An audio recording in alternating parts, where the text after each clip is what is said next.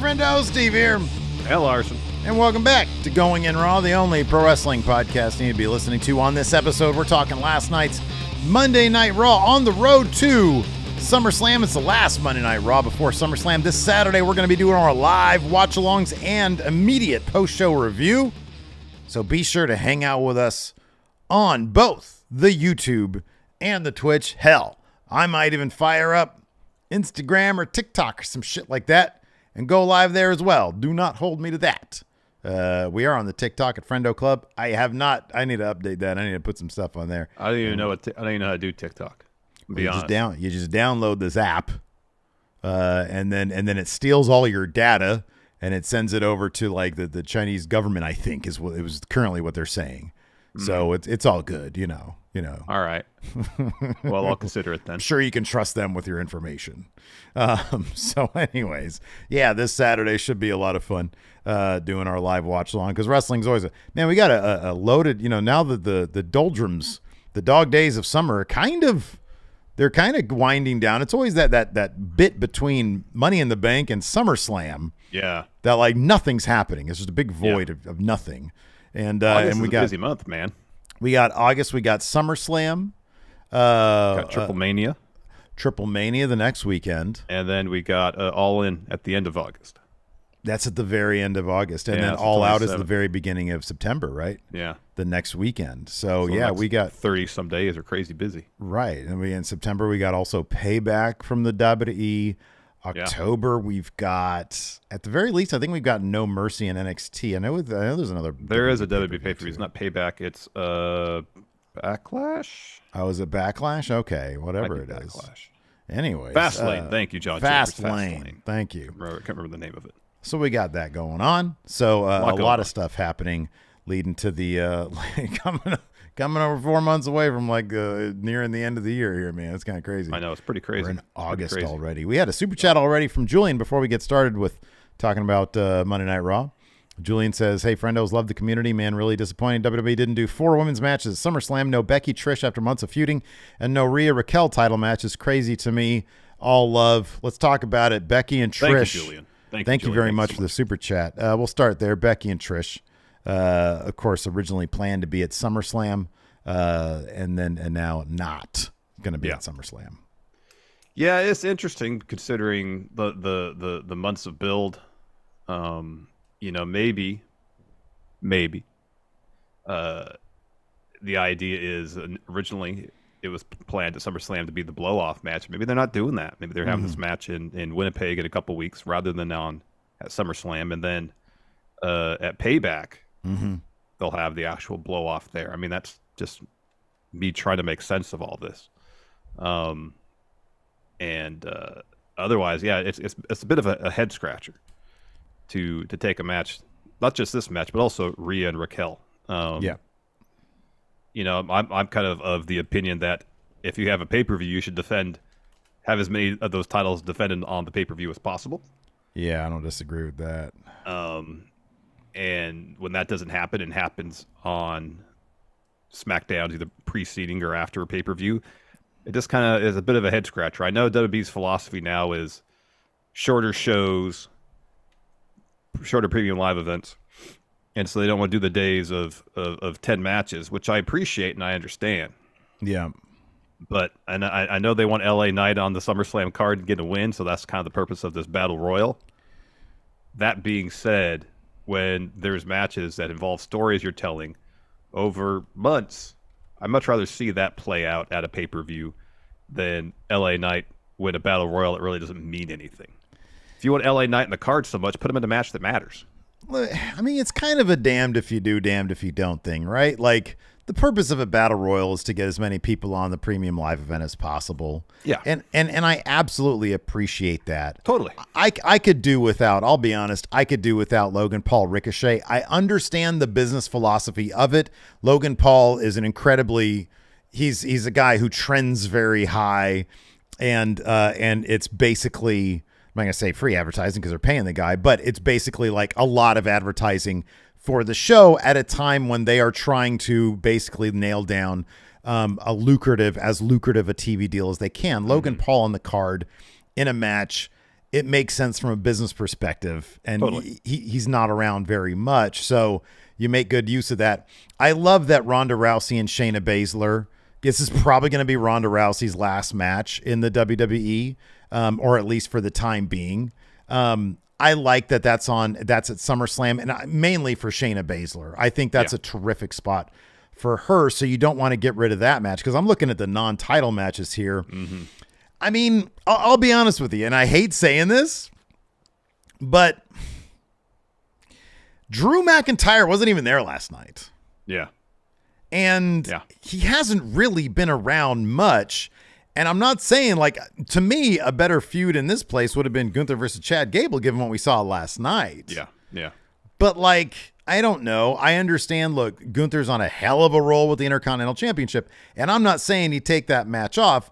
I'm saying I understand their philosophy of wanting to keep it to like 8 matches, which is even a lot these days for WWE on a card.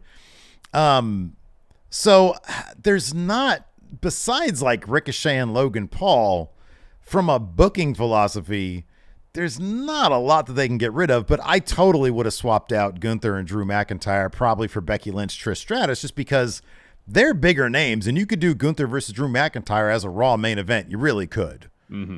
Mm-hmm. So I mean that's kind of the thing that I'd probably do. I mean the only reason I could disagree with you on Gunther versus Drew is that more often than not the Intercontinental title isn't defended on pay-per-view. It has been lately, though. It hasn't been more so lately, but over the last couple of years, right? Traditionally, Vince has forgotten about this title. A massive stretch, even when Gunther was champion in the early days of his championship reign. Where it was not defended on pay-per-view. For sure, so the fact that it is, I appreciate that at least. Yeah, no, absolutely, yeah. No, I mean, like, you're right about Ricochet and Logan Paul. I understand it from a business perspective, having Logan Paul on the card. I don't know there's a whole lot of doubt as far as who's going to win that match, despite the go-home math last night. The go-home math was really strong towards Ricochet, but I'd be kind of surprised still if he won. The go-home math makes me dump my confidence points down a little bit, especially when he brought Samantha Irvin, which I thought was awesome. I thought that was a really cool moment right there, and that makes me think, oh man, maybe that'd be weird though if Ricochet beat Logan Paul. Like, you think Ricochet is the guy that he can lose to Logan Paul, and nothing really changes, you know. Exactly. But yeah, it remains to be seen who wins that match. But like Battle Royal as well, like I appreciate them getting as many people on the card as they can. I really do. Yeah, right. Yeah. But when you're investing TV time and telling stories, and then those stories don't pay off at these major events, it feels like a bit of a letdown. And I'm sure Trish and Becky will main event that episode of Raw in Winnipeg in a couple weeks. But yeah, okay, here's the other thing. Here's the other thing to keep in mind though is Raquel Rhea. I feel like they're still getting to that match. Yeah. Becky Trish is a weird thing. It is. But I do kind of wonder if maybe, because also one of the things that they've focused on this year was when you're going to a place, you maximize the value of that location.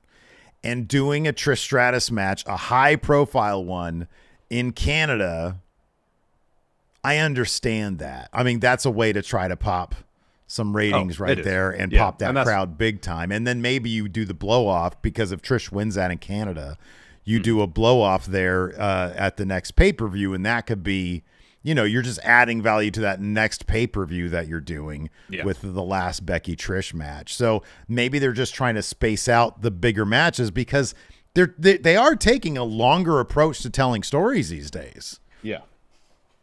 No, they definitely are. And if it ends up there is a third match at Payback, then it'll be a bit more understandable. Yeah, right. I would get it then a bit more.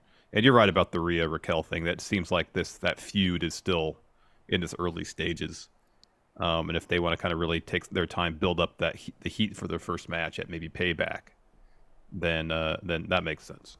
It really needs to be like they've done a decent job of giving us matches where it's like, they can go either way. I mean, I know, look, in this case, maybe not so much, but because Cody Brock, we know Cody's winning that. Yeah. Seth Finn, I think Finn's going to win that one. I really do. But then it's also Seth Rollins, so maybe not. But I think that if they want to tell any sort of story there with Judgment Day, there's no other result here than Finn has to win. And we're going to talk about that in a second. But if you keep on going down this card here, I mean, Drew McIntyre's a great opponent for Gunther, but I feel like Gunther's going to win that. Yep. Ronda Rousey losing to Shayna Baszler is probably going to happen, but then maybe not. They might take that to a rematch. Well, there's one reason why I'm not sure if Ronda's going to lose that match. That's because it's MMA rules. Mm-hmm. Okay, yeah. If this is a standard wrestling match, I'd say, yeah, Shayna's winning. But since it's MMA rules, I mean, that's Ronda's legacy is her time in UFC. And you know, I know Shayna had herself a really good MMA career. It didn't reach the heights that Ronda Rousey's did. Sure, yeah. And so I'm kind of giving pause to think that they're going to have Shayna beat Ronda in what, you know, in a lot of ways should be Ronda's turf. It's an MMA rules match. Now, if that match happens and Ronda somehow, you know, like she mentioned in the video package, 2 video packages last night about them sparring or warming up, and Shayna says to Ronda, "Well, you didn't put the armbar on me yet." And then Ronda says, "I did it like 4 times in a minute after that." If that kind of plays out during the match, and then Shayna challenges it to another match at Payback, and that's the one Shayna wins, and the Ronda's gone, that could make sense. That was a good series of video packages. They were really good. I thought they were really good. Yeah, they had Shayna crying on it. It was great. So yeah, let's talk about Seth Rollins. I put him in the thumbnail. One half of the thumbnail, anyways, with the big Rollins losing at SummerSlam. Yeah. Given the go-home math last night, especially, where Finn Balor has the Money in the Bank briefcase because Damian Priest is like, now is my time. I've got this guy down. And he's relying on Finn Balor, the one guy who's got a match against Seth Rollins coming up in less than a week.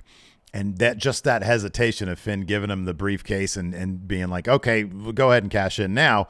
But he took that hesitation because like, oh, this means that my match is like, you know. And then that hesitation led to Seth Rollins getting the win and, you know, the big pose over Finn Balor. I mean, Finn's got to come away with that title, right? You would think so, but then you don't know how Damian Priest with his briefcase is going to play into it. Are we going to have a situation where I know they did it last time. That's the thing. They did the thing last time. I'd be pretty surprised if a member of Judgment Day does not walk out of SummerSlam with that World Heavyweight Championship. I would be too. And I honestly, man, again, if they're telling longer term stories, right now it's Damian Priest might do the same thing he did last time with a different result. This time it'll distract Seth. Finn takes advantage and wins the title, even though it looked like, wait, were you cashing in or were you trying to help me? What were you doing here? That tension of Finn having the title and Damian having the briefcase, I don't think that's ever been done before. I could be wrong, but I don't know if that's that I could think of. I don't know if that's ever been done before. And then everybody in Judgment Day has something except Priest is like the promise of something. Well, that's why Dom last night said then we'll have all the goodies. Yeah, right. Yeah.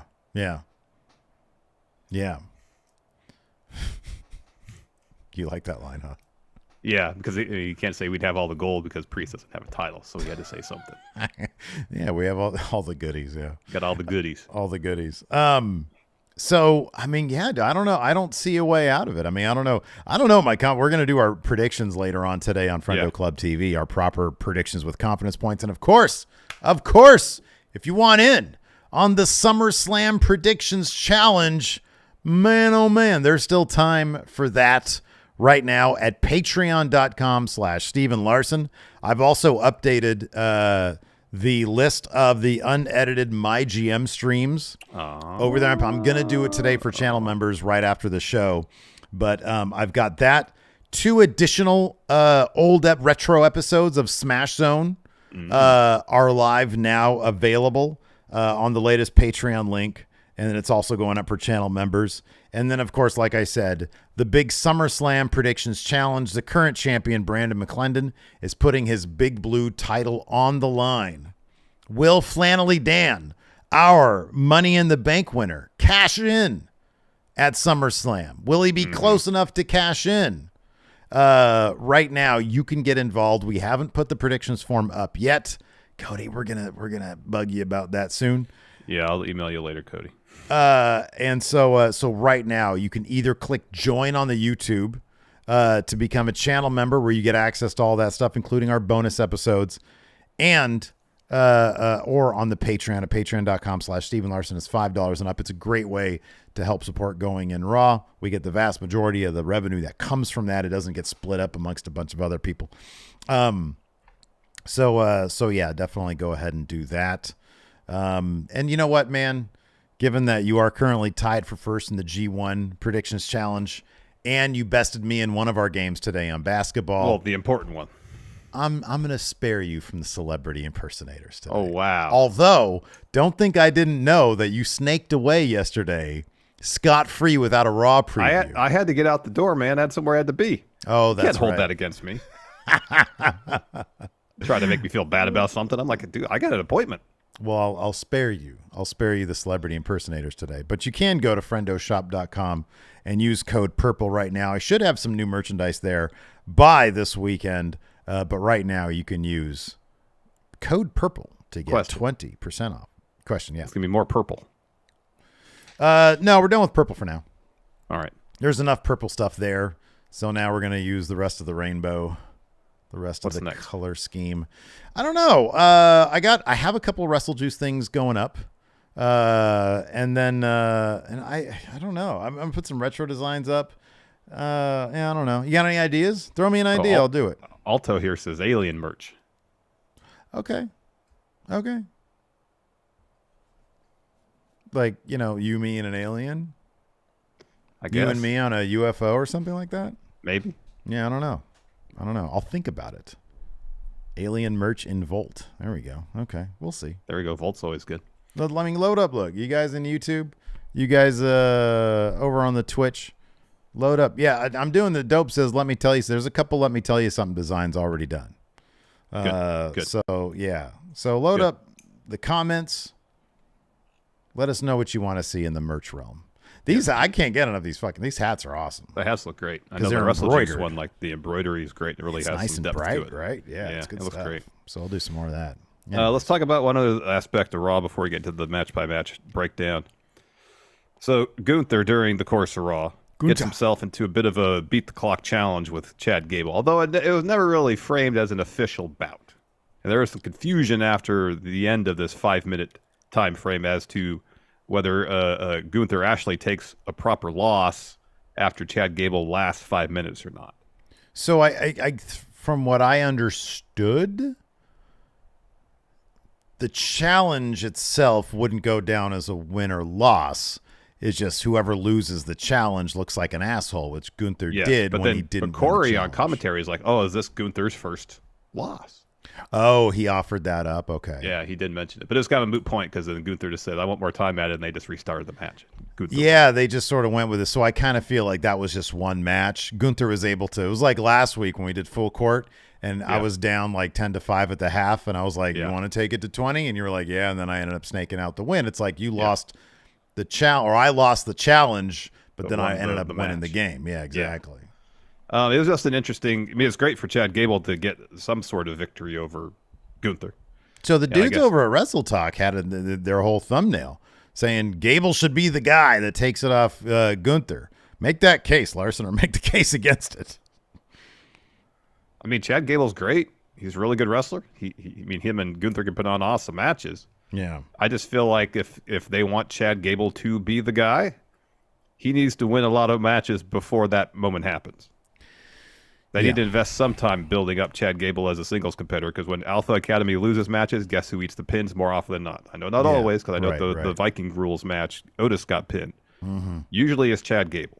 Mm-hmm, yeah. Gable's a great wrestler, one of the best in the company. Mm-hmm. Fantastic talker. Tons of charisma. If they invest time in building up Chad Gable, and he eventually is the one to beat Gunther, and the story made sense, no arguments from me. Yeah. I just feel like if they had a situation now where the first Raw after Gunther breaks Honky Tonk Man's record, Chad Gable comes in and beats him. Mm-hmm, yeah. I mean, it's cool for Chad Gable, but I feel like, especially for Gable to get his first singles victory, it needs to crescendo to that moment. And you need to build to that crescendo, and that hasn't happened yet.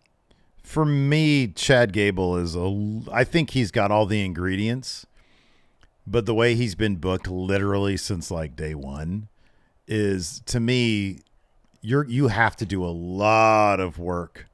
I thought, as much as I like Jason Jordan, and I thought it was a good twist, especially with Kurt Angle's history, to have him be the Kurt Angle's son when everybody thought it was going to be Chad Gable. I liked a lot of what Jason Jordan was doing towards the end, but Chad Gable clearly, in terms of like sheer just raw charisma, he's got it. And I always thought that was a bit of a misfire. I thought it was a clever misfire, but I thought it was a misfire not to put Gable with Kurt Angle, because I thought that there could have been some really amazing stuff there, and not to just have Gable as like a singles guy. I just don't see it right now. Like he's to me, he's still too much of a comedy guy. And he's been that basically since day one. He's a phenomenal wrestler. I'd love to see him in the G1, but he's not there. He's in the WWE. So it would take, I could see it down the line. I just can't see it right now.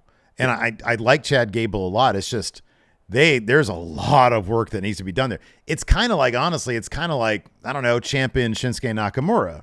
It's like, I love those guys, but they have been booked so like, I don't know, mid over the span of their post NXT careers.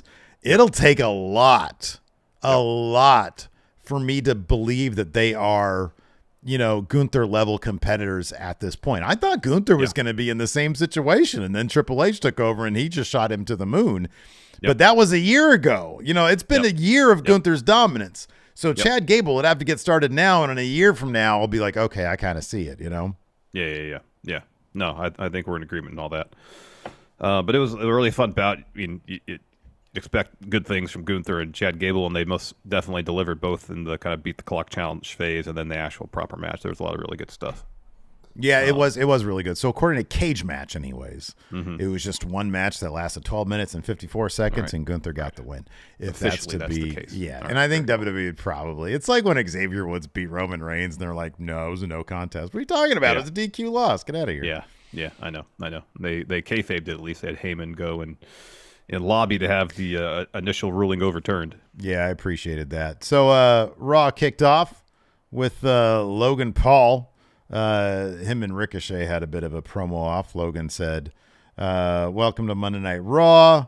He ran down the crowd for being brain dead. He said he was going to make it quick. He says, I'm not here for you guys. I'm here for Ricochet. Crowd was booing him a lot. He said, I attempted to introduce Ricochet to my audience, which, by the way, is nothing like this horrible crowd in Texas. He says, I just wanted to build hype around our match, but then I was sneak attacked. I was victimized. I was abused. While I was down, Ricochet decided to make a spectacle out of the whole thing. He said, this Saturday you can forget about a fight because I'm going to beat Ricochet in the most viral WWE match in history. And then Ricochet music hits. He comes to the ring. Got a good reaction from the crowd, too. Yeah. Says, wait, Logan, what's going on, man? Last week I was in your live stream, but this week I'm in your head. We see you do this over and over again, spin it to make it look like you're the good guy. But let me break something to you. You ain't the good guy. You can pay people to have, you can pay to have people follow you, and you can fool them, but you can't fool Houston. And then Logan just kind of as an aside says, my content is free. Yeah. Ricochet continues, of all the crap that spewed out of your mouth, you said one thing correct. Our match will be a blockbuster. It will be an all-timer, but first, I need to say something.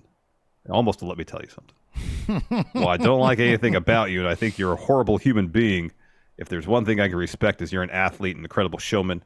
If I can respect one thing, it is that. Yeah, so Logan's like, hey, I appreciate that, and I'm being serious. He says, you're one of the greatest ever to do it until I showed up. He says, we're not so different. We even think alike. He says, this thing didn't start here, or it didn't start at Money in the Bank. It started at the Rumble way back. He says, let's roll that clip of us doing the viral moment where they both meet in the middle of the match, midair. Yeah. He says, we're going to put on a hell of a match, put her there. So he extends his hand. Ricochet just walks away. Logan says, one more thing before you go, Ricochet. He says, the ring announcer over there, Samantha Irvin, she's going to announce the winner, right? That's your fiance, right? And at that moment, I'll be honest, Larson, I was like, oh, that's good. That's really good. Because then it cuts to Samantha. She's like, oh, I don't like this. Yeah. And he says, so yeah, after I beat you, I hope there's no hard feelings when I have your girl saying, and the winner is Logan Paul. So Ricochet attacks him, hits a belly. Logan fights back with a big belly to belly, goes for a knockout punch, but Ricochet does like a Matrix dive to avoid it, and then backflips off Logan and hits an enziguri. And then Ricochet goes to the apron, looks for a springboard, but Logan hits a perfect KO punch. And then Logan's music hits. He takes a picture with Ricochet. So he stood tall. Yeah. He brought up the girl. Yeah. This would be a big win for Ricochet over Logan Paul. Does that give you pause?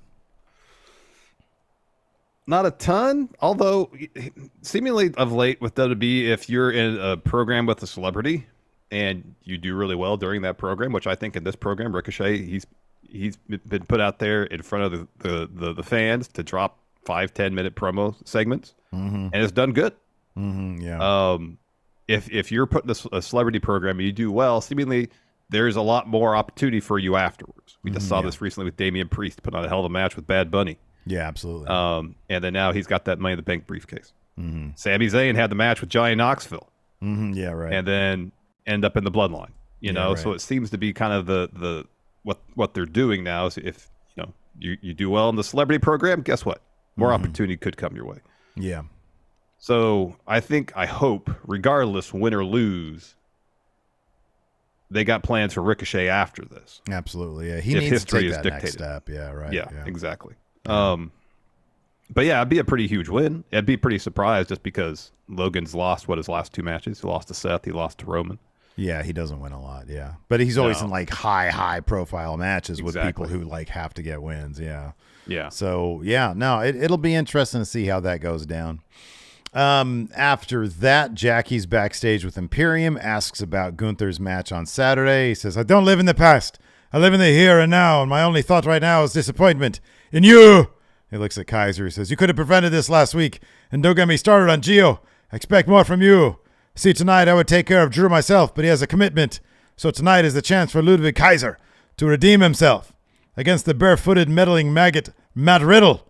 Following that, this Saturday, I personally will end Drew McIntyre once and for all." And then we get Matt Riddle versus Ludwig Kaiser. Somebody in the chat earlier asked, has Matt Riddle fallen out of depth guy category into whatever's lower than depth guy? He lost to Ludwig Kaiser. Yeah, that's entirely possible because I was fully expecting Matt Riddle to win this match. I was, dude, while it was happening, I was like, Riddle's falling down the ladder as we watch this. I wouldn't like halfway through the match. I was like, Kaiser might win this to get like the momentum for Gunther going into SummerSlam. Yeah. And then that happened. I wouldn't have bet money on it, but like Matt Riddle's taking a tumble, man. You got that right. Yeah, kind of everything post RK Bro has just been a steady decline to maybe now even jobber status. I don't know. Has he wrestled a main event lately? That's a good question. I don't know because I don't keep tabs on that. Yeah. I don't know. Maybe he's in a holding pattern. Maybe they're telling a story with this. Maybe Randy's going to come back soon. I don't know.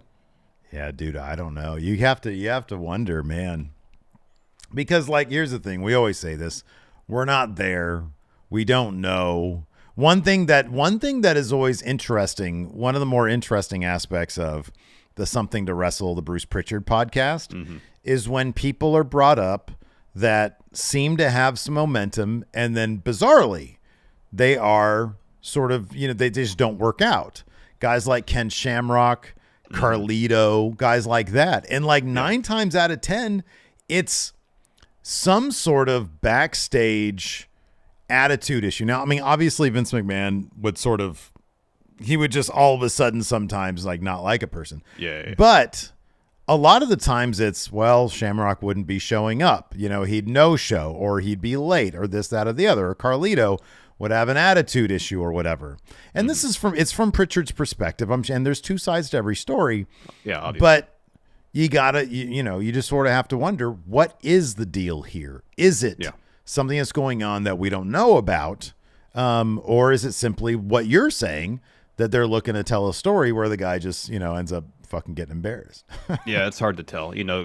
Lex Luger in WWE was an example of that, where they obviously had high hopes for him. They gave him his own bus to do a cross-country tour, but it was during that tour that they decided, for whatever reason, that Luger wasn't going to be the guy, because I guess he wasn't like 24/7 enthusiastic about being stuck on a bus away from his family. You know, right. That seems to be the reason they kind of soured on him.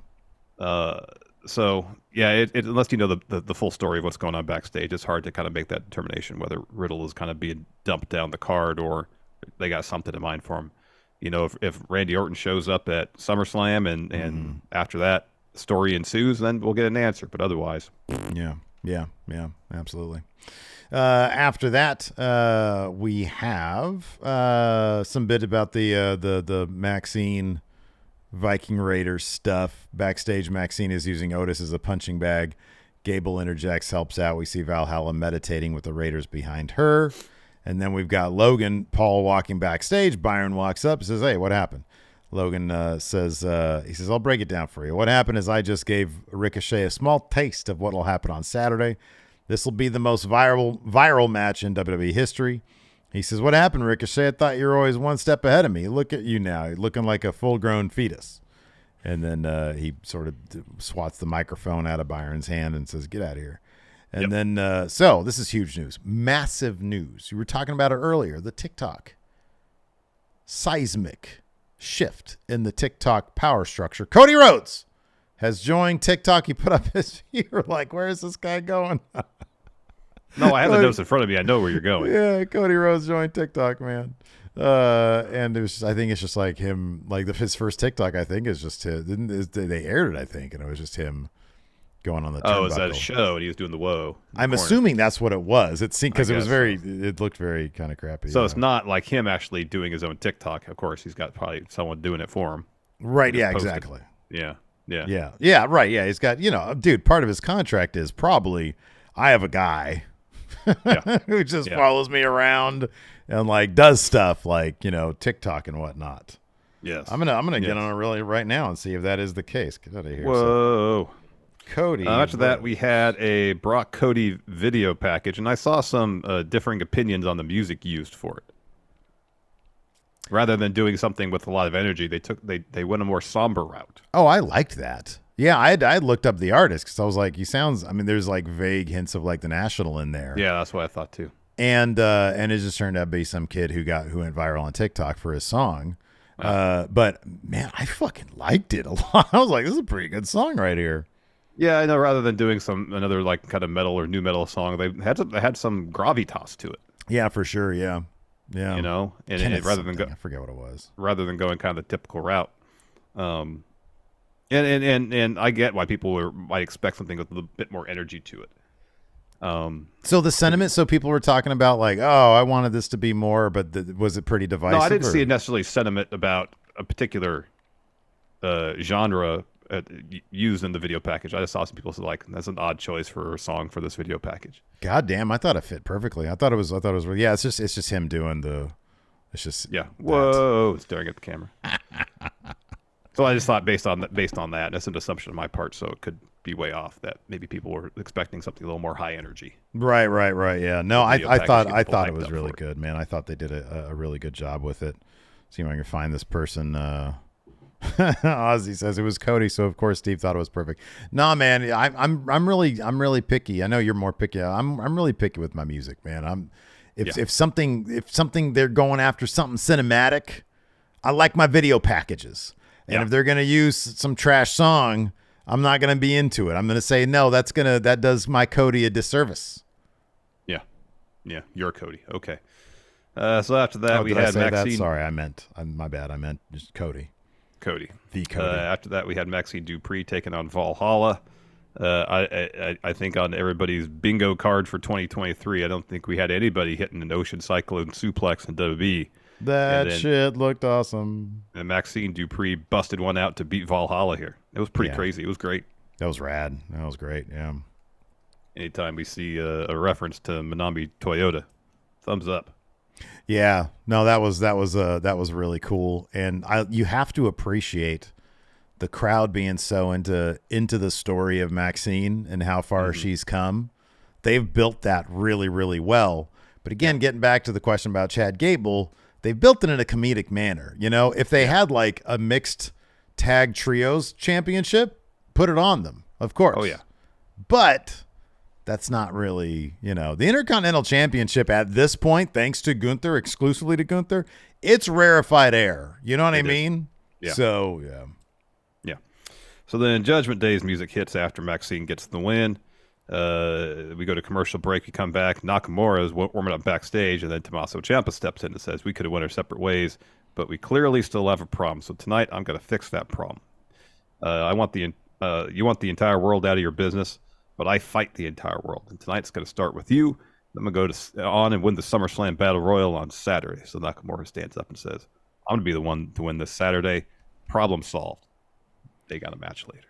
You know what really bums me out about that is that they're not. This is a Slim Jim Battle Royal. Okay, it's not some hole in the wall.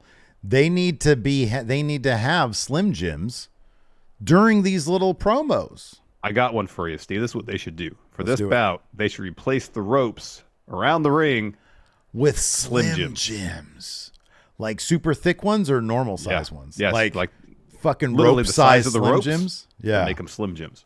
I think it's a great idea. They do that spot where like somebody is like holding somebody's head up against the ropes and they're like, or they do the Road Dogg thing where they're holding on the bottom rope and they're just eating at it, just noshing on some Slim Jim while trying to stay in the match. You like the Slim Jims? Honestly, I haven't had one in probably 20 years, maybe longer. But you remember what it tastes like. Yeah. I've never had an issue with Slim Jims. Right, but like if you're you're on a long road trip. I mean, it wouldn't be my processed meat product of choice, per se, but it's fine. If somebody was like, if you're like, man, I'm starving, and somebody's like, look, all I got is a Slim Jim right here, so you'd snap into a that Slim shit. Jim and be like, all right, that's fine. Oh yeah, snap into it. I wouldn't be doing this. Remember the commercials with Slim Jim? Macho Man, yes, of course. No, they had after Macho Man left. They had a Slim Jim guy. Oh yeah. He was skinny. Yeah. After that, back to Judgment Day. Priest speaks some Espanol for the Houston crowd. All rise for the Judgment Day.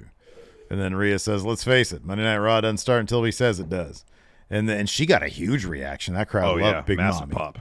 And then she says, if anyone has a problem not staying in line, we put him on the shelf. Let's be honest. Who's going to stop us? Priest says, let's try to answer that with these so-called heroes from Raw. Kevin Owens took him out. Sami Zayn, no, we left him laying. Seth Rollins, impossible after beating the heat we gave them last with him. Rhea, well, we know what she did to Liv, so no, nobody could stop Judgment Day. If Sami and Seth decide to show up tonight, Dirty Dom and I will make sure they don't leave this arena whole. And then Finn says, Seth, you come here week after week and act like you're insane. You act insane. Your idea of insanity is coming out in stupid clothes and doing a song and dance laughing like a clown. That's not insanity. Insanity is waking up every day the last 7 years seeing the scars you created. Those scars remind me of everything you took from me, the career you spoiled. Seth, at SummerSlam, I can't erase those scars, but I will inflict scars. Will make me feel a bit better knowing you have to wake up knowing Finn Balor beat you for the World Heavyweight Championship. And then Dom tries to talk, and of course he's booed. And eventually he's able to get out. At SummerSlam, all of Judgment Day is going to have the goodies. The goodies. The goodies. And then he says, I'm bringing back the Mysterio. And Rhea says, that's right. You're going to bring pride to the Mysterio name. As for any idiot who tries to get in our way, I advise him to take a little page out of Raquel Rodriguez's book, which is Run and Hide, because if not, they'll learn to enjoy their time in rehab, just like Liv and Kevin Owens. And that brings out some supplements. Raquel Rodriguez is coming out. Yes, Raquel Rodriguez comes out. She gets a pretty good pop, heads to the ring, takes out Rhea. They start brawling on the floor. Rhea gets thrown all over the place. Barricades, ring post. Eventually, though, Rhea hits a chop block on Raquel. This brings out officials, some agents, to break things up. And then Raquel goes over there and sizes up, and it hits a massive stomp on Raquel's knee. Ooh, yeah. Obviously they're not going to have the match at SummerSlam because later on Pierce says, I'll get to this now. Pierce says, you're not cleared. I'm not going to let you wrestle until you're cleared. But once you're cleared, I guarantee you get your match. I guarantee you, brother. Yeah, so that'll happen at some point. Down the road. Payback probably. Then we get like a cool video package here. Yeah, the first of two, I believe. Of Ronda and Shayna. And it shows Ronda coaching Shayna. And Shayna says, there's an image Ronda has. She lets us live at our house for free, but only to beat us up. I was the person. I always showed up to her training camps to make sure she was ready. Ask her how many training camps she showed up for me. How is it possible Ronda got to where she got, and I only got to where I am? This has been brewing since day one for her to be elevated despite the work of everyone else who came before her. It happened in MMA, and it happened here. I'm sick of it, and I'm not going to let that happen again. And then we get like to be continued. But like even like that first chunk, it was just really well done. It was really good. Yeah, Shayna. I mean, Ronda. Like when she was talking throughout these two video packages, it wasn't like she was the most enthusiastic. You know. Yeah. But it was natural. It came off as natural. I thought Shayna was fantastic. I thought she was amazing. Yeah, she was all great. The beats she needed to hit, and in terms of delivering the subtext of everything. Mm-hmm. And really delivering the emotion, especially the next one where she's talking about Ronda's kid and you know how close she is with Ronda's kid. Right. And I thought that was really good. Really good. Yeah. Really good stuff. So Nakamura makes his way to the ring for his match against Ciampa. Before that, we get Alpha Academy backstage, and Gable's telling Maxine, "I'm so proud of you. You represented the Academy well, just like one of us will represent the Academy. When one of us wins the Battle Royal this Saturday," then Imperium walks in. And Gunther says, "Steve, do you want to be Gunther?" This is ridiculous. What is happening here? With the first match of the night and a stellar performance, my best man here restores the honor of this great sport. And you don't hesitate to make it a joke once again? And Gable says, "Are you kidding? Did you see her technical proficiency? I taught her everything she needs to know." Maxine says, "Let's not forget, these are two former tag team champs, and my coach is an Olympic athlete." Olympic athlete? Well, you've come far in life. You need her to speak for you now? Hanging out with that freak?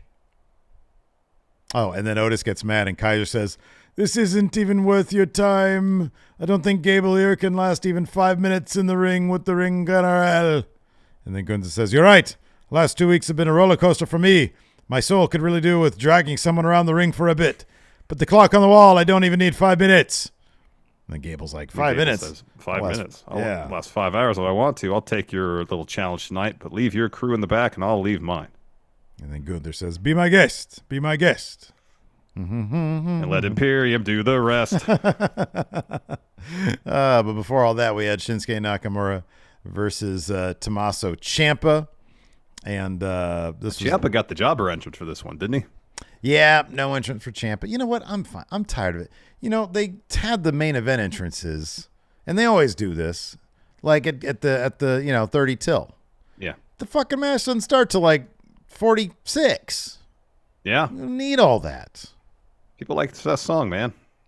Judgment Day song is really good. It is. I'm cool with that one. And then the The crowd other wants to sing. side. You got to have the imagery of the crowd singing Seth's song and Sammy's song. If you believe yours is the only way, then you're a fool who lives to die. Oh, wow. So that. Bro, I was Pipes. one of the last time we played at your court. Yeah. The entire way home, I had that song on a loop. Oh, you just like, get man. yourself hype after your win, huh? Maggie, the lyrics this time are not on the wall. This time. This time. I'll check tomorrow, Maggie, when I go over there. Something like, I think the next line is like, then you deserve the pain. No, then you deserve I don't know what it is. On the other side. Yeah. So anyway, Shinsuke gets the win here, and he gets a big old handful of trunks to get the 3. Yep. So we'll see if that feud picks up. And then we've got highlights of Jay and Roman stuff. And then we see the Raquel Rhea brawl from earlier backstage. She's in the training room when Pierce walks in, says, "I know you want to match with Rhea, but you aren't cleared." He says, "But listen." Oh, wait, we already had that one. No, I talked about it already when we talked about okay. Yeah. And then Bennett. Oh, you okay there? No, I thought I hit my funny bone for a second on my desk doing the Brock Lesnar thing. So Brock comes out. And what do you make of this promo here? He just says, very straight-laced, "Ladies and gentlemen, my name is Brock Lesnar. I'm an NCAA heavyweight wrestling champion. I am a UFC heavyweight champion. So does time just not matter to Brock now because he also claims he is currently a WWE heavyweight champion? Like I get him saying I am as in the present tense for the first two things. So if you're an NCAA world heavyweight champion, it's not something like you lose, You're always right. You don't champion. defend that. You're just exactly. Okay, I know with the UFC title you do, but at the same time, I understand. It's an accolade that you possess. Exactly. Okay, and he's putting the I was about to say AEW, the WWE title along with that. Okay, I get it. Okay. So then he says like the whole premise of this, I didn't really get though. I don't think Brock understood. This whole thing is just promo. They beat each other up promo. It's been a very lackluster build. I'm sorry. It has been. It's beneath my Cody. He says if there's everybody's Cody. That's what I said. He says there's one thing I know about championships is that this is fight week. The hype is over. This Saturday in Detroit, I got paid to fight and kick ass against Cody Rhodes. And this Saturday, Cody Rhodes gets paid to get his ass kicked by Brock Lesnar. Let's cut the crap. I've been here too long already. Cody, if you want to come out and tell me otherwise, be my guest. Be my guest. He says, Lesnar do the rest. I'll respect that. Look me dead in the eyes, shake my hand, and I'll see you Saturday. If you don't shake my hand, I'll see you Saturday. So you got 5 seconds before I leave this town. 5, 4, 3. Wrestling has more than one royal family. And he gets his whole fucking entrance too, which I love because, my Cody's entrance. Yeah, but he doesn't do the woes because he's all business here. He looks at the crowd though. He didn't do the whoa, but he came out and he got on the apron and he still took his damn time. He was looking at the crowd. Yeah, it wasn't like it was all whoa. He didn't have his coat on. He had the shirt with the sleeves cut off. And did he have pyro? I didn't notice. I think so. I didn't notice either, but he came out with a slightly more urgency than normal. Mm-hmm, yeah. So he comes to the ring, and he gets in the ring, and eventually he steps up to Brock after Cody kind of paces around the ring a little bit, and Brock's like admiring the crowd's reaction to Cody. So eventually Cody gets in the ring, kind of looking over Brock. Brock takes his hat off like really suddenly to kind of peacock Cody a little bit. Mm-hmm, yeah. And then eventually they shake hands. Mm-hmm, yeah. And then Brock turns to leave, and as he's out of the ring, Cody hits him with a suicide dive, which he shouldn't have done because then Brock proceeded to beat the hell out of him.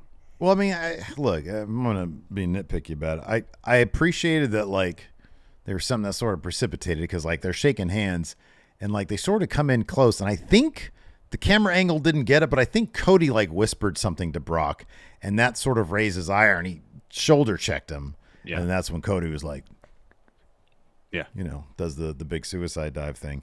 So does he run to the suicide dive doing the SpongeBob walk? I hope so. Yeah.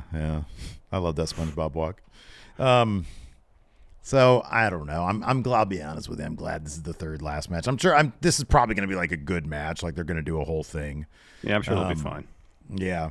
But yeah. Oh, here you go. Alexa Bliss Gamer says, "You deserve the hell you're gonna pay on the other side." Yeah. That's the lyric. That's good stuff. If only there's a karaoke place that had wrestling themes. Dude, I'm telling you, Jans, it's all digital. They might have it next time I'm there on well, shit, they have it tonight after trivia, but I don't know. My brain is taxed after trivia. Really? Maybe I'll go out on Sunday. Well, I don't want to stick around and do karaoke afterwards.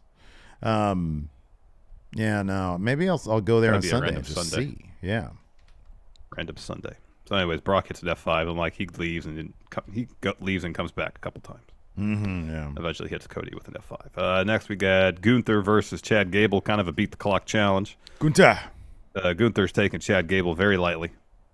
Mm-hmm. But time starts to run out, and so he gets a little desperate because he's one looked like a jackass. Yeah, which he kind of did. Yeah. Yeah, he did. So as time is about to expire, and I think there's a minute, maybe 30 seconds left. Gunther loads up for a powerbomb. Gable rolls out, locks on an ankle lock. Mm-hmm. Eventually, Gunther kicks off Gable, hits him with a huge chop, and he locks on the sleeper. And he's got the sleeper on Gable. He's looking at the clock.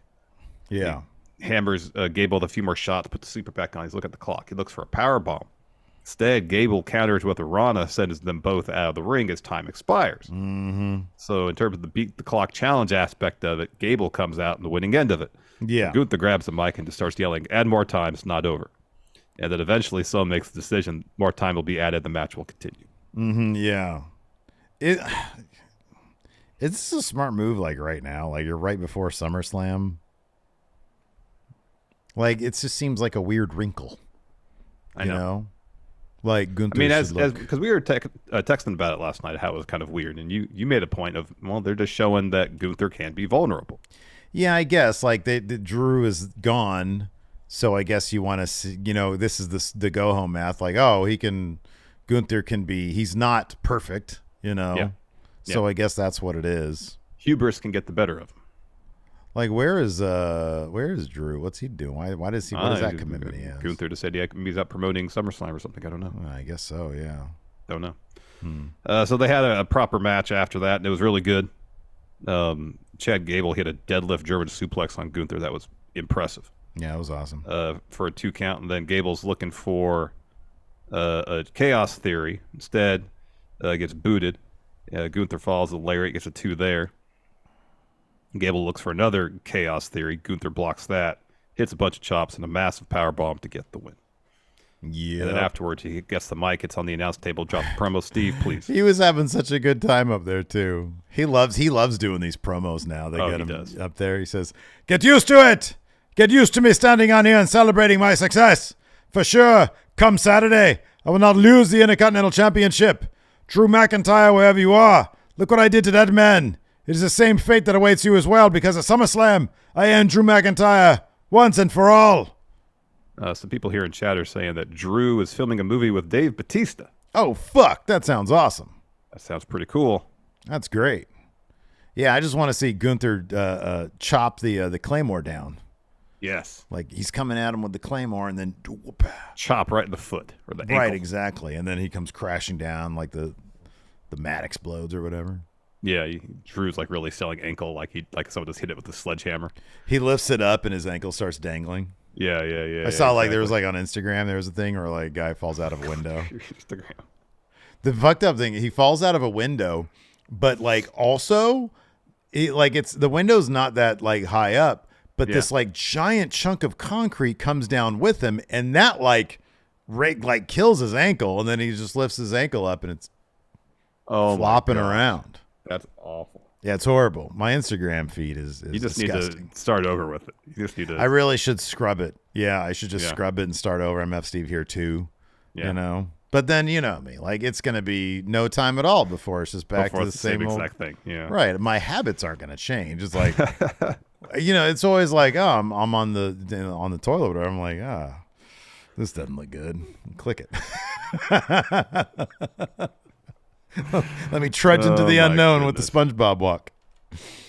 I guess so. So they were backstage with Seth and Sammy. They're getting ready for their match, and Seth says, "We're going to take out Finn and Priest and Rhea and Dom. I'm telling you, they're going down." And they get hyped up for the match later on. Becky's music hits. She makes her way down to the ring. We get a replay of the beatdown Brock gave Cody, and then Byron's backstage with Cody. And then Cody says, "Brock Lesnar could break my arm, my leg, my jaw. The brutality Brock brings me, I give to him Saturday. The aura of the beast will be shattered." Ooh. Then we get a highlight of Becky beating Zoe last week. Becky says, "The man has come around to Houston, Planet Houston." He says, "I said everything I needed to say and did everything I needed to do to get my rematch with Trish Stratus. And now there ain't nothing left to do but to do it. I can't think of a better place than here and a better time than now. Come out here, Patricia. Let's throw down in Planet Houston." So then Trish comes out. She says, "I thought I'm going to have to do this right here, right now. But then I thought, you don't get to tell me when to have this match. Nobody gets to tell me when to fight. Yes, by some fluke, you beat Zoe and you get your rematch, but I'll tell you when. I'm not going to cheat you out of your rematch. I'm not a cheater like the Astros." And then her delivery on that was really good. It was really good. Yeah, I hope she sticks around because I'm really starting to. I like her character, man. Mm-hmm. And then Trish says, "I'm dealing with a little situation here," talking about her face. And then Pierce says, "Actually, Trish, Becky did beat her last week. It happened, and per the agreement, this match is going to happen, and it'll happen tonight. So get me a referee out here. It'll be Trish Stratus and Becky Lynch right now." So Trish is all freaking out about this. And as soon as she gets in the ring, the bell rings. Becky attacks Trish. Zoe immediately attacks Becky. Becky wins by DQ. So Zoe lays in some shots at Becky as Lynch fights back. Trish hits a spear, takes Becky to the outside. Becky slams Trish's face into the announce table. Becky throws Trish to the timekeeper's table, goes for a manhandle on a chair. Zoe stops her. Becky fights her off. Trish comes in with a chair, and Trish's nose is busted open. And then we get a replay of that. And then backstage, Pierce is like, that to Trish and Zoe, says, that was unacceptable. And Trish is like, we gave you the rematch. Ref was there. Bell rang. Match ended. You never gave me time to prepare. Pierce says, I'll give you 2 weeks to prepare. In Winnipeg, you face Becky Lynch again, and you, Zoe, are barred from ringside. Banned. Banned. You're banned. Banned. Then we had the second half of the Ronda Shayna video package. This one kind of focusing more on Shayna's turn. Shayna says being best friends with her is being in a toxic relationship. She had the biggest target on her back and pissed everyone off. She needed me because everyone was ready to step to her, and no one's going to step to me. She needed me to stand in front of her and to stand above me. So Ronda says when everyone was on the get lost bandwagon, Shayna never jumped on. She was there at my absolute roughest times, and it shows a bunch of pictures of the four horsewomen together, the four horsewomen of MMA. And she continues, I wanted Shayna to be my friend so bad, I gave her everything to the point that she hated me for it. Then Shayna says, I gave everything to be a friend, and she gave nothing back. I'm tired of riding in the back seat for Ronda. This isn't a match. This is a fight. I'm going to take the most important thing from her, her reputation. She isn't the baddest woman on the planet. It has always been me. Back to Ronda, she says, I don't fight like anyone else because I'm not trying to win a round. If anyone gets even the better of me for a second, it needs to drive you insane and hurt you inside. That's the difference between me and Shayna. And then Shayna tears up. Says, worst part of this whole thing, besides her husband and her mother, I was the first person to hold her baby. I love that kid, my goddaughter. She's going to grow up and she's never going to forgive me for what I'm going to do to her mother. And then she gets up out of the chair and takes the mic off and leaves the interview area. Yeah. No, I thought that last bit there, the goddaughter stuff, I thought that was really good. Yeah. I thought that was really, really good stuff. So I love what they're trying to make out of this. I think it's good. So we got our main event then. Sami Zayn and Seth Rollins versus Judgment Day. Things are going pretty well for Judgment Day, and then Damian Priest, who has Seth Rollins down, thinks to himself, Razor's Edge. He gave him the Razor's Edge. He's like, I could win this match, or I can make it into a new match where I'm fighting Seth Rollins for the World Heavyweight Championship. And so he looks at Finn. He's like, hey, Finn, guy who has a match against Seth Rollins this weekend for the prize that I'm going to try. Get the briefcase so I can get it instead. And Finn's like, okay. So he gets the briefcase, trying to be a good friend, but he's like, okay, fine. Yeah, here you go. It's like Priest with the donut. And but then it's just a debacle then because Seth had time to get up, and then Priest gets kicked in the face with a briefcase because he's got it up like this, and then Dom gets hit with it. Finn gets Haluva kicked off the apron, and then Damian Priest ends up eating a stomp and eating the loss here for Team Judgment Day, and you got the visual at that point of Seth and Finn. Seth's in the ring, Finn's near the announce table, and Seth is just gloating. And then on the other side of the ring, going up the ramp, is the rest of Judgment Day on the other side, so to speak, of Seth Rollins. On the other side. There you go. You like that? There you go. Anyways. And I'd like to answer some questions. Would you like to look at the television, Mr. Lee? No. Yeah, let's go ahead and answer some questions here. Alex Foster here says, what gimmicks in history would have been better under a tonal shift? With how much they intentionally make me laugh, I think Schism could be a comedy gimmick. I like Joe Gacy a lot. His whenever, but I think that only works, I think that they're fit for the unintentional comedy. I really do. Yeah. Like when Joe Gacy, I don't know, some of the shit he says, I'm trying to remember what he said last time I was watching, but it was hilarious. I like them, but I don't know if they would work as a comedy act. Yeah, I don't know either. We sort of invent the comedy for them because of the entire situation. You got the grizzled young veterans used to be grifters, and I still want them to be that. This is just a long con. But then also they want out Joe of the Gacy's company. wallet. Right, Yeah. to get Joe Gacy's wallet. But then they also want out of the company in real life. Yeah. Yeah. Adam Fella here asks, how long does Seth have to hold on to his championship before it feels more prestigious? Dude, I don't think you it's a know matter what? of length. He's got him. I think that belt needs to pay-per-view, main event a pay-per-view that Roman Reigns is on.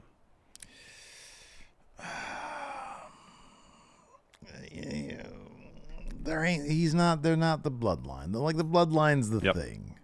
So like to me it doesn't matter. Just keep the SmackDown title separate from the Raw title and keep Whoops. that title involved in cool stories, and eventually it'll get to that point.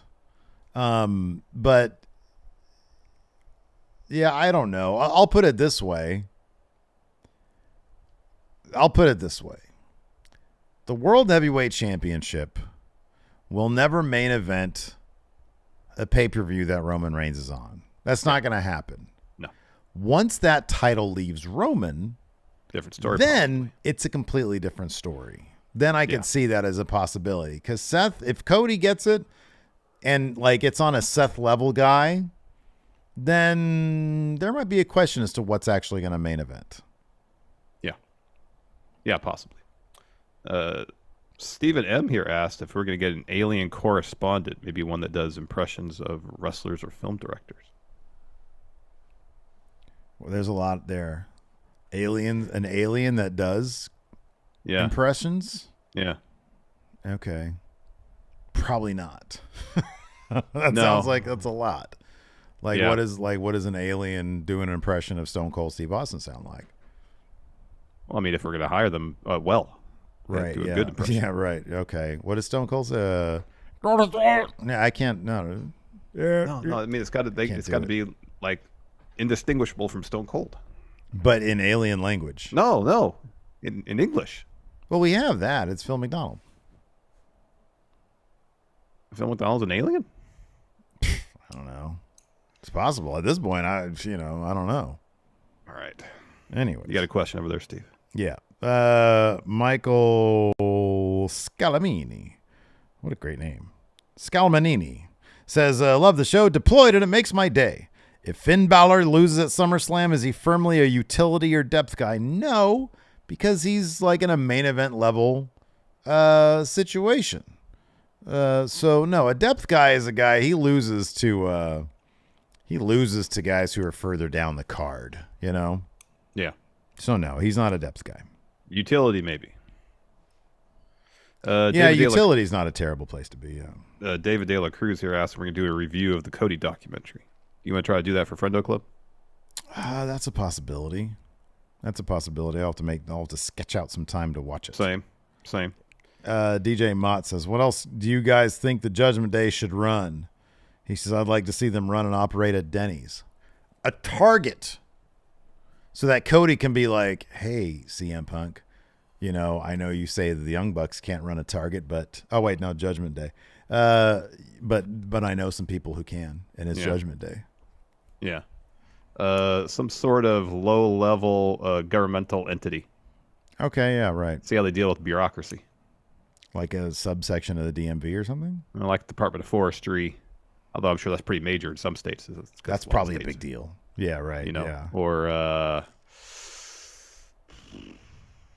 DMV maybe. That'd be good. Yeah. Like, who cares about driver's licenses? Equally Might terrible. be chaos out in the roads. Oh, yeah.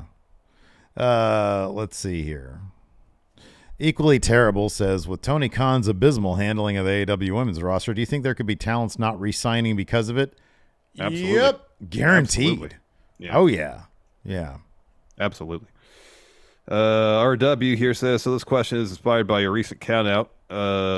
What wrestling news or stories has actually shocked you when it happened? I'm not talking about death, but like Cody leaving AEW, Vince retiring, or give me a couple, for example. Oh, wow. What shocked me? I mean, the first thing I could think of that shocked me is when hearing what happened in Montreal during the screw job. Oh, wow. Okay. Yeah. Like, that shocked me. Yeah. I mean, taking deaths out of the equation, Yeah. Like Owen and Benoit were pretty shocking. Because that was like Vince is exposing the business himself. I'll be honest, man, because we weren't savvy to like we reread the crappy dirt sheets. We didn't read like the Wrestling Observer, so I did not know that, even though it was on their website, I didn't know that WWF bought WCW until we got home from wherever we were. We got on WWE or WWF.com or whatever it was, and they had right there, because we're like, oh, what happened on Raw, or what's going on Raw right now? Yeah. And they had the side by side of Vince and Shane was in Nitro. I was fucking shocked. I was like, oh my God. That was pretty damn surprising. That shit's nuts. Yeah, that was crazy. Ty Moore here asks, Bobby Lashley presented you with some new clothes to freshen up your look. What would you pick out? A nice suit. Whatever he offered up. A nice tailored suit. If there's a rack of suits, yeah. Yeah, absolutely. I mean, you're literally off the rack, but yeah. Oh, but maybe like I said, if there's a rack of suits, and then I assume, and then you Lashley tailor gets the suits tailored, you know. Yeah. Okay. Yeah. He's like, hey, I know a guy. I don't know why he sound like Tony D. But yeah, no, it'd be a nice suit. Or like an infinite amount of Walmart sweatpants, so I'll never have to worry about those again. Because like one suit is like $10,000. The sweatpants is like $6,000. So it's like, how many of those can you buy? You're getting like 1,500 pairs of sweats then. Right, exactly. I'll need like a warehouse. You would. But I'll never your need entire to go. garage with sweats. Right, exactly, yeah. Nikal here asks, since it's been over a year since Triple H took over WWE Creative, which wrestler that returned to WWE under the Triple H regime had the best run, and who has had the worst run? The best run has been Chelsea Green, probably. Mm-hmm, yeah, right, yeah. Worst run, probably Hit Row. Definitely. Yeah. Best run. Well, okay. Yes. Rehires, yes. A person who Triple H took out of like Vince's, fucking shit list. Doghouse. Clearly be LA Knight. Yeah. Yeah. Yeah. Yeah. Delete here has a super chat. $5 says, if Bret the Hitman Horse were to be a commentator, what show would he best fit? Some sort of equestrian event? Yeah. Is there like some sort of like special event that's broadcast from the island of Dr. Moreau? Well, it's fictional locale first. Okay. Didn't know that. Thank you. So, no. Right. But precluding that, a rodeo? Why do you say a rodeo? For Bret Hitman Horse? Yeah, right. Because he likes horses, Steve. Well, he likes an aspect of horses. Do you think that happens at rodeos? Not that I'm aware of. Doesn't happen at equestrian events either. I think the rodeo, you want to keep, if you're part of the rodeo, you want to keep him away from that place. Far away. He would be so distracted during the rodeo. 1,000%. They're like, oh man, look at this guy. Look at this horse. We don't have to get into it. We don't have to get into it. Hey, well, yeah. No, I'd say we don't have to get into it. They're like, all right, you ready to go? I can't stand up right now. Oh my god.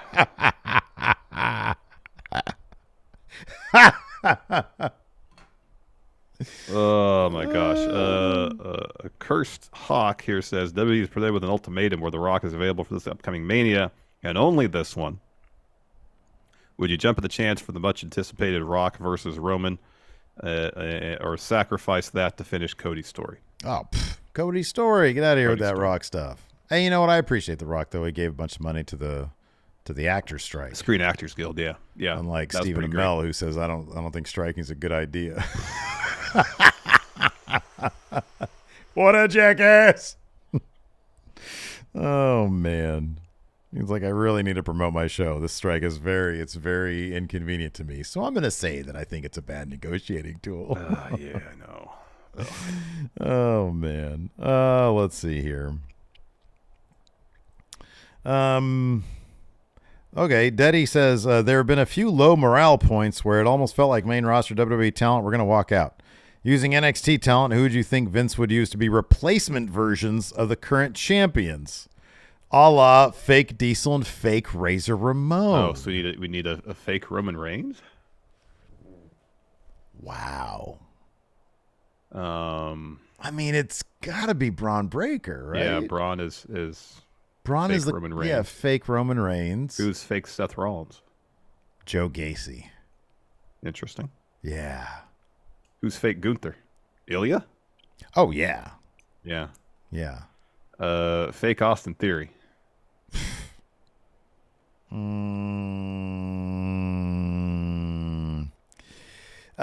Julius Creed.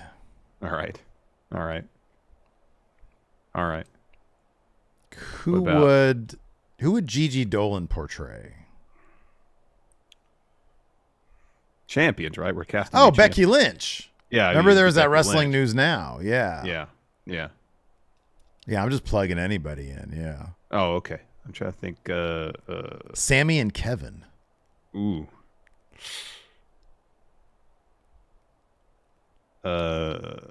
Nathan Frazier and Joe Gacy. I was gonna say Trick and Mello. They're best friends. Yeah. Let's see here. That was a good question. I like that question. That was a good one.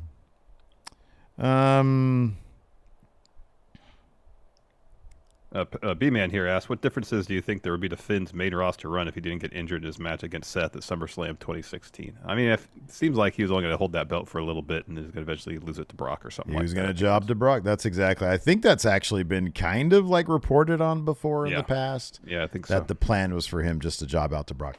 I don't think there would have been much difference. I think that Vince just wanted to use him as Arrow pop. smiling guy.